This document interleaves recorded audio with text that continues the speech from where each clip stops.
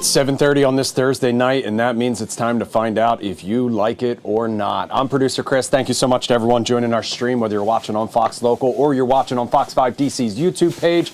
And if you just watched, like it or not sure if the cowboy hat's going to make its way here. We'll find out when David Chiari joins us live here in just a second. Hopefully everyone out there is staying cool on what has been a record-setting day of heat all across the DMV. And coming up tonight, we are talking about the debate over whether summer is overrated or not. Plus, the number of people willing to let AI shop for them, whether music is getting meaner, and Stephen A. Smith's hot take on the new look Los Angeles Lakers. We'll talk about all those stories and more coming up here in just a second. First, though, we have to talk about how you can join this stream live. We're streaming, so there are a lot of different ways to do it. If you are watching on your connected TV, Fox Local or Fox 5 DC's YouTube page, just grab your phone, make it a two-screen experience. Scan one of those two QR codes. It'll take you right to the Zoom room, or you can punch in that meeting ID, 892-0982-4674. If you're watching Fox Local or YouTube on your phone and not on your connected TV and you can't scan the QR code but you still want to join the Zoom room, you can just go to Instagram, my page, Fox 5 Producer Chris. I have a link to the Zoom room pinned to the top, or you can go to Fox 5 DC's Instagram page. We have a broadcast channel there called Do You Like It or Not, and we have a link to it there as well. If you're watching YouTube on your phone, you don't want to join the Zoom room, you can still leave comments in the chat, and we'll check those coming up in just a little bit. Or you can stream us live on Fox 5 DC's TikTok page, and the comment section there is open as well. So shout out to everybody streaming us right now there as well. We will check in with all our virtual co-hosts coming up here in just a second. First, though, we got to say howdy to our in-studio guest host. Please welcome Fox 5 Research Director and Cowboy, David Chiari. Hello, David, Christopher. How are you? I missed the top of the 7 o'clock, so I did not get the explanation for the hat. I only saw it get passed around. So Erling Haaland, did you see the famous photo of him wearing the hat? He's very excited to be in America. He's having a blast. Yeah, he went to that store, got himself some a hat. boots, So I was like, you know what? Got the Kiss he's My happy. Dallas shirt. USA won. I'm wearing the hat tonight. All right. And more of this later. So, I love it. I mean, you know me. I love the cowboy boots. I love the Western wear. Chris, so you want to tear with the hat? That's my jam. It's been passed around. Okay. All right. So we shall see. I mean, the hair. Yeah, that's true. I do have a cowboy hat at home, but I generally do not wear it out in public too often. Why not? You know, there's a lot of different looks when it comes to cowboy hats. Let's just put it. By the way, when your daughter gets older, she's gonna want daddy-daughter cowboy hats. Yes, together. I love that Just idea. Let's make it happen. All right, how have you been, by the way? I've been great. I've been, working hard. We got the World Cup. It's just a lot of data, so I've been sitting in front of an Excel for the last 3 weeks. I want to blow my brains out. So all right, other perfect. than that, you're surviving. It's been good. It's we have good numbers, and the station's doing well. So. If you don't know, David is from Miami, I believe. Yes. So he's a Florida boy, as you know. And we are talking about heat to kick things off here tonight. So I just wanted to establish where he's coming from. But temperatures today hit the triple digits again. If you've been outside, you know that. Here's a live picture from the Great American State Fair down on the National Mall. A few people still out there braving the temperature. The humidity made it feel even worse. And the worst is yet to come, because tomorrow is supposed to be even hotter. Extreme heat warnings are in effect all across the region. The heat wave has even forced some major changes to July 4th and America 250 celebrations. And all that heat has led to this hot take. Take a listen. It's a little long, but take a listen. The single most overrated thing in all of humanity is the summertime.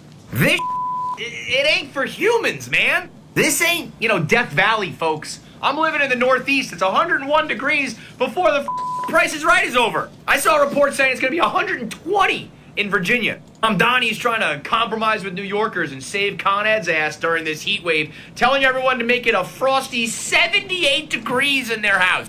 78 degrees? Fahrenheit? In this weather? I'm not kidding you right now. I swear to God, if somebody told me that I had to live in 78 degree temperature indoors for the rest of my life, I would kill myself. But this is just summer. And this is just everyone's favorite season. You kidding me, man? Summer is nothing but sweating, chafing, sunburn, applying sunblock. It's just the other extreme when it comes to weather and temperature. Like in the winter, people hate the winter because it gets so cold. And you have those days that are like single digits. We hate that, right? Because it's so extremely cold. Well, when it's extremely hot, it's just as bad. As a matter of fact, it's worse, because in the wintertime, you can do something about the cold. You know, you put on a nice fire, you put on a pair of sweatpants, a sweatshirt, jacket, a blanket. You can get warmer. You can't, like, get cooler out there. I can't take off my clothes. I can't be walking around naked, getting a sunburn on my and I'm going to jail. And everybody says, like, well, yeah, but then you go to the beach, or you go to a pool. It's like, okay, yeah, well, if I need those things to make this enjoyable, then I don't like it. It's like the same thing as a blizzard. It's like, well, you can go skiing and sledding and make snowmen. It's like, well, yeah, but it sucks. So that is KFC Barstool, the 1 minute man. And David, no lies detected from my point of view. I have gone on the record. I hate hot weather. I hate humidity. Only if I have permanent access to a beach or a pool. Right. So vacation is the one exception. But do you like this take or not? I love this take. Unless you're like in like northern New England where the summer's not that hot, it's brutal. Yeah. This is crazy outside. Give me spring and give me autumn. That's it. I hate the winter. But like summer's unbearable. It's awful to be outside. I'm a golfer. You have to either golf at 6 a.m. or like 6 p.m. There's no in between. So no, it's not. And you can't be drinking outdoors in weather like this. And I mean, you can, but then you run the risk of some negative side effects. Allison saying howdy in the Zoom room as well tonight. I'm loving the cowboy hat. Howdy. I figured I'd join you in the hat swag there, my friend. Well, we love to see it. Allison, is summer overrated? Do you like it or not? No, you know what? Summer is wild. Like, I love it for the fashion. I love any type of change in fashion. I love to get out in a sundress and spin around outside. However, now that I am in the hot flash stage of life, I'm not really feeling it too much because now I have to figure out how am I going to dress for the shindig this weekend and still be cute, and it's going to be hot. It's like things like that you have to try to figure out because nobody looks cute with sweat, somebody, but Allison does not look cute with sweat dripping down trying to be pretty outside. Yeah, producer Chris is the exact same way, and his happiness level is directly proportional to how little or a lot he's sweating at any given moment. Wesley's in the Zoom room. Wesley, is summer overrated? This summer is overrated. Like, normal summer is fine. This is whack. I'm laying down. That's how hot it is. It's 72 degrees in my house. I'm not moving. Killer's laying down. Summer sucks right now. But other than that, I love going to the pool. I love getting sunburned. I love sundresses. I mean, not me in sundresses, but you know what I'm trying to say. Summer's great. So No judgment. It's not overrated. Just this summer. You're conserving energy by laying down, and I appreciate that. Yeah. And I don't disagree that there are elements of summer fashion. There are elements of summer. I mean, as a kid, summer's off. It was the greatest thing in the world. But now, when you have to actually exist as a human being, you have to be outside, you have to go do things, and you're just, I mean, especially with the humidity, the swamp humidity blocking every pore. My body is unable to regulate temperature in any way. I did like a Trump thing there with the hands. I love summer fashion though. White pants, I love. I know as a man, whatever. But I love them. I love wearing nice light cotton. You can't do that in the spring. Sometimes it's too cold or it's not acceptable. So I love summer fashion, but I hate the heat. Yeah. Billy's in the Zoom room. Billy, is summer overrated? Summer is overrated, not because of the heat. It's because of the bugs, the mosquitoes, the bees, the little nets that fly in your eye. They got these little black bugs that just jumping all over the place. I hate the bugs. Yeah, that is a huge negative about summer as well. But the winters don't even get cold enough to kill them anymore, so it feels like they're just around 24/7 nowadays. Freddie's in the Zoom room. Freddie's got his sleeves off because it's so hot outside. Look at those guns. Freddie, is summer overrated? Yeah, it is right now. And look at that, I have a fan on my right, though. Yeah, you See need the that. fan right there? Yeah, and I have water, too, behind me. But I gotta say, it's, like, really hot. Outside, like, it's 100 degrees out, and I don't like it. I'm, like, getting a lot of sweat with 100 degrees, even though I have my shirt on, too. Yeah, it's miserable. It's the worst. And obviously, the Zoom room agrees with us here tonight because no one is loving this hot heat, and it's too much. Speaking of summer, it's summer vacation season, but it's no secret that family vacations can be exhausting. Researchers say it takes mom and dads an average of 2.5 days to recover after a trip, thanks to meltdowns, screen time battles, and the pressure to make every moment magical. Nearly half of parents say they end up improvising when plans fall apart, and some even sneak off for a bathroom break just to breathe. The getaway that's supposed to recharge you might leave you needing a vacation from your vacation. So, David, the vacation from the vacation, do you like this or not? I don't love it. You do need to retry. I don't love it. It's just too much. You're yelling at kids the whole time. Go eat, go pee. You crashed my car. You killed my sister. So it's like, it's just too much. Like, it's just too much with the kids. You need an adult vacation. You need kids. That's not a vacation. That's just, you're taking them somewhere. That's not. Yeah, you're just interrupting your life in a new You're like, I'm setting. spending $600 to take it to Orlando. Do you do you account for the fact that you will need recovery time when you come back? Do you like take off maybe 8 days but only travel for 6 so you have that time to kind of Yes, I do. I always take like 2 days to kind of come back. And honestly, sometimes with flying too, with kids, you get jammed up, so you have to move your flights. That did happen. So yeah, you kind of need that wind down time. You need a buffer zone. You need a day to sleep until like 9 o'clock one day by yourself. So. Allison, the vacation from the vacation after a vacation, do you like this or not? Do you feel this? I do, but for different reasons. So the only type of traveling I do is with my 14-year-old, and he is the perfect travel partner. So it has nothing to do with him. It's the people that's there. Like, I just had family members invite me to something, and they're like, why don't you want to come? I said, because the family is dysfunctional and I don't want to deal with that. So sometimes if you go to a family thing, you might have to come back and reset and go through a whole thing. That's my experience that I have had. So yeah, when it's something like that, you need to recover from it. Yeah. Wesley, the vacation from the vacation, do you like it or not? I haven't had to do that in a while, but I like the vacation after the vacation. So like that 1 day reset before we jump back into reality, like that kind of works out. But as far as my vacations are concerned, when like my kids were little, we literally just went somewhere else to go watch TV. So wherever it was. That hits so close to home, because growing up without cable, every single time we went into a hotel or a motel and we stayed somewhere and they had it, I mean, it must have pissed my parents off so bad. They were like, there are a million things to go see and do, and all we want to do is sit here and watch a TBS version of Die Hard 2. And it's not even the good version. It's the Yippee-Ki-Yay, my friend. But don't you love those memories, though? I mean, they are core memories. They are core memories. It's stupid and it's silly, but the kids, you grow up with it, and you're like, you look back and you're like, man, I had fun with it. Even when it was ridiculous. Yeah. I mean, I heard you tell a little story. Wait, no, was it Jim telling the story about his dad throwing the wallet? Yeah, it's just like, you build those memories, and you're like, as bad as that was, we had a great time. Yeah, we had a great time. All right, let's talk about AI now. I know that's something that you are immersed in. Allen Iverson, I love. That's right. Practice. Because a new survey by the tech consulting company Accenture shows a big step forward in Americans' use of artificial intelligence, especially when it comes to buying things online.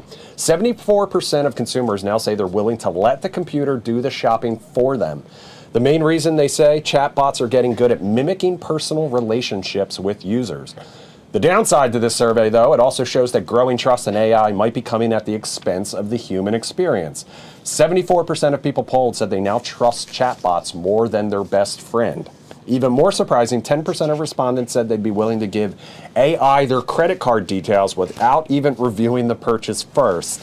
71% of shoppers say they will look to AI for more than half of their purchases next year. So, David, letting AI shop for you, do you like this or not? This is horrible. Sarah Connor's somewhere doing more pull-ups and freaking out. This is a horrible idea.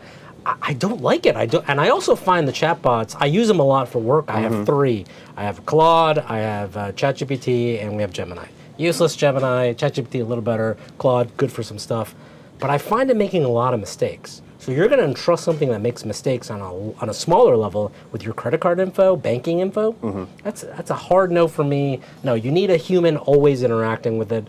I don't think they're smart enough yet. I think they'll get there, but we're still too early right now. Is there any personal reason that you'd like to use any of these AI chatbots? So Claude is really good at math. Okay. I've learned that. ChatGPT is good for design, so posters, or if I do like a, hey, I'm going to be on TV, I'll create the logo I saw the one you posted tonight. That was pretty good. I was there at the... Perfect for America 250. I loved it. Hillsdale College, had a booth over in the Great American Fair, and I got to wear that wig, so it was great. Amazing. But yeah, they're good for different purposes, but for giving up my credit card, absolutely not. No, Okay. that's where I don't cross the line. Billy's in the Zoom room. Billy, trusting AI to shop for you. Do you like this or not? No, I don't like it at all because I don't even trust myself with my credit card. Yeah. How would I trust an AI? I feel that. Trust me. I'm known to be a little irresponsible when it comes to shopping sometimes. Allison, would you trust AI with your credit card or to shop for you? Not necessarily giving it your credit card number, but to pick things for you. Not for me, Chris. I've always been known as like the ultimate gift giver because I always think about people's personalities and the things that they like. So I'm great at doing that. But I will say that I've had to use, like AI to ask questions because I have 11 grandchildren and I can't always keep up with what everybody likes. So sometimes I'll be like, hey, what do you get a 13-year-old boy? I've had to ask that. But that's the only thing I would use it for. I think that's a great use for it, admittedly. Yeah. I have had the discussion with my wife because both of us are kind of, we're elder millennials and we find ourselves sometimes stuck in like early 2010s fashion. Gotcha. We never really grew out of that. And we were like, well, maybe we could use this to kind of like pick a style for us or a fashion that's like the equivalent of that. But Chris, we're you're a little sharp unwilling dresser. to also like put the information out there and have it do it for us, if that makes sense. Yeah, I agree with you, but I think also there is something about, like, to me, with fashion, I like seeing people on the streets, especially like pictures of Europe. You see somebody dressed some way, and you're like, oh, I like that. You like that. I like that better than a computer. Like, Yeah. what do they know? I've relied on Pinterest for a long time when it comes to that sort of Yeah. thing. Wesley, trusting AI to shop for you, do you like it or not? I don't trust AI for nothing. Nothing. I don't like it. No, I don't need to know stuff. I don't want you figuring stuff out. Like, I'm very no. Absolutely not. I'm with Sarah Connor. As soon as I'm done with this watermelon, I'm going to go do some pull-ups. Some pull-ups and get ready for the inevitable Judgment Day. All right, Freddie, do you like the idea of trusting AI to shop for you? I would say, with trusting AI, no. But I can ask AI for some questions, but not to buy it for me. I rather just manually research. Like I'm researching the RAM drives, RAM drive sticks. That's what I'm doing it myself manually without AI doing it for me. Yeah, okay. So What do you're you just think, using David? it as a tool to kind of help you then make the final decision. And I think that's probably... Yes, that's what I was doing. Yeah, that's the most responsible probably thing to do at this point until it just gets a little better. Then T1000, Yeah, and then exactly. I'm dead And in the then he'll streets. take- I yell at my Alexa all the time, too. I was like, shut up. Meanwhile, speaking of trust, a new series of studies is shedding light on how Americans negotiate and why many people say they'd rather strike a deal with a woman. Researchers found that across thousands of interactions, women were consistently rated as more trustworthy, fair, and easier to communicate with, even when the financial outcomes were identical.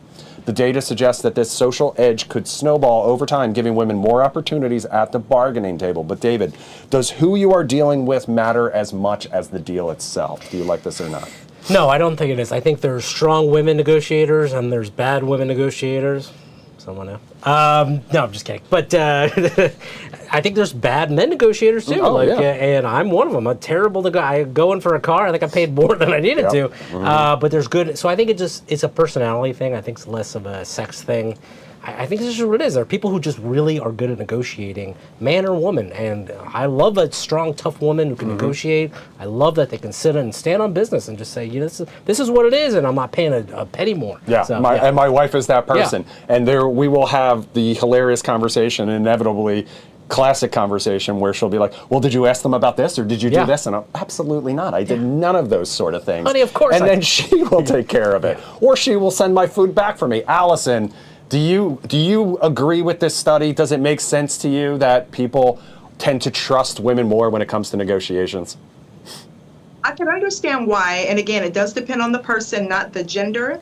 But the reason I think people feel this way, men think more or less on a one-track mind, when women are more of a multitasker because they are naturally born caregivers. Part of that is from just giving birth. It's just the way that we think.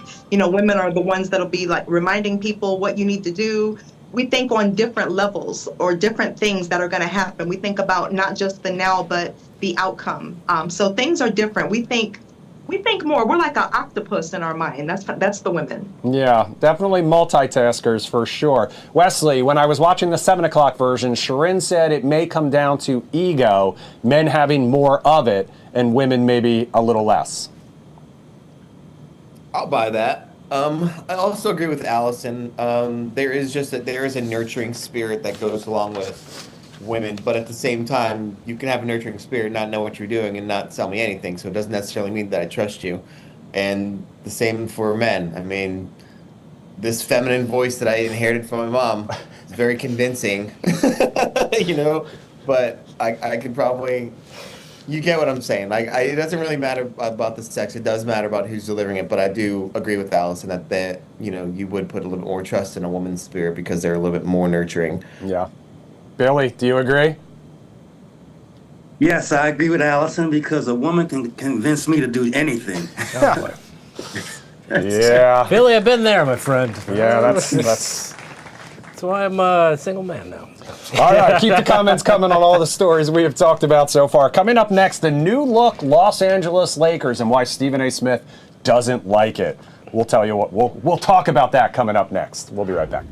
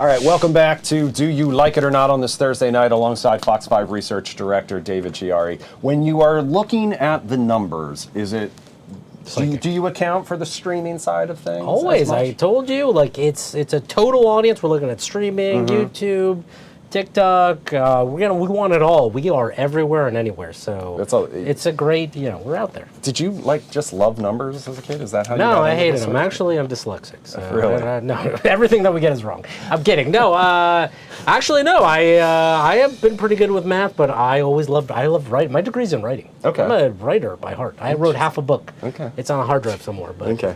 David also does presentations for the newsroom when we get our numbers, and they're always very entertaining and they're very informative as well. All right, we still don't know where LeBron will play next season, but we know it will not be for the Los Angeles Lakers, which means they will have a new look starting five next season. And ESPN host Stephen A. Smith couldn't help but point out the obvious. Take a listen. Where the hell the Los Angeles Lakers think they going with a bunch of white dudes? Your three top players are white dudes? Really? This ain't golf. This ain't baseball. Hell, it ain't even soccer. What y'all think this is? Basketball. In NBA history, when have you seen your three most prominent players on a basketball team all be white? And that takes you to the promised land. Somebody got to say it, so I'm saying it. This is basketball. I'm not complaining. I'm simply making the point the Los Angeles Lakers. You ain't going anywhere being led by 3 white dudes in today's generation of basketball. I'm letting you know right now, it ain't happening. It ain't happening. Some people on social media agreed. Some even joked the team's new nickname should be Snow Time instead of Showtime. Critics called it a racist take, but Smith denied those allegations on social media today, saying he is just talking basketball. So, David, Stephen A's take, do you like it or not? Do you agree with him or not? I kind of love it. It's very funny. I think it's just the visual of just all these white guys on the Lakers. It's very funny, but if they're good, that's even fun. I think it's hilarious. Listen to me, there's a lot of Eastern European guys who are great at basketball. They're white guys. And it's just, didn't we do like the World versus the USA? Have we done that in basketball yet? They did like those sort of in-season tournaments where they did something like that. So I think that's kind of like, we're going to put that to the test here. White guys versus the NBA. We'll see what happens. I think it's kind of funny, and I love it. Call Cassidy. Billy. Yeah. Billy in the Zoom room. Billy, do you agree with Stephen A? Do you like his take? I totally agree with him. I've been a Lakers fan my whole life. But I'm happy that we got rid of LeBron James because he's old and he's washed up to me. Okay, well, where do you want to see him go next? Let him go back to Cleveland. Do they want him back? No, I don't think they want him back. I doubt it. Yeah. Don't come to the Wizards. Well, that's what we were just talking about offline a little bit. That would be the ultimate, to prove whether or not he is better than Michael Jordan if he came to the Wizards and tried to take them on a run. Wesley, do you like Stephen A's take? Up. Mike? Got it. There we go. His take is actually kind of funny. I think the only way that the Lakers would go to the promised land being led by anyone white would be if they had Irwin Fletcher. Oh, wow. Irwin Fletcher, a classic throwback. Yeah. Jim pointed out 6'5" with the Afro 6'9". Allison, do you agree with Stephen A's take? No, I don't, because for one, too many things are being made about race. And before he were to make a statement like that, let's see who they are. Let me see them play. Let's see what they do before you talk about they can't do this because of their skin color. Because if it was reversed and something like that was said, it would be a whole situation. Yeah, and a lot of people on social media said the exact same thing. And I mean, Luka's a 2-time NBA Finals MVP, so it's not like he can ball, man. He's no slouch out there on the court. All right, moving on now. New analysis of pop music revealing a major shift in the moral tone of the songs that we listen to. Researchers scanned and analyzed decades of lyrics and found today's hits lean heavier on themes like cheating, harm, and rule breaking, while older staples focused more on care, loyalty, and purity. The study shows these violence and degradation tracks are climbing the charts while gentler moral themes are fading fast. David, the soundtrack of our culture seems to be getting a little darker. Do you like this or not? I think I agree with it a little bit because there are songs that are just a little darker, but I think they've always been darker. This song is not about you. You're so lame. I mean, it's not a nice song. Right. We all can't be YMCA. I know the president loves it, but that song stinks. So yeah, I don't know. I think it's just. Do you think it's a reflection of the times that we were living in a little bit? People were upset in the 70s. There was angry music. People were upset in the 60s for things, and they were upset at the music too. So I think it's just a reflection of the times. I think it's just, that's just how music is. Music evolves with us, Yeah, that's very true. Billy, do you agree? Do you think music has gotten darker, and is that a good thing or a bad thing?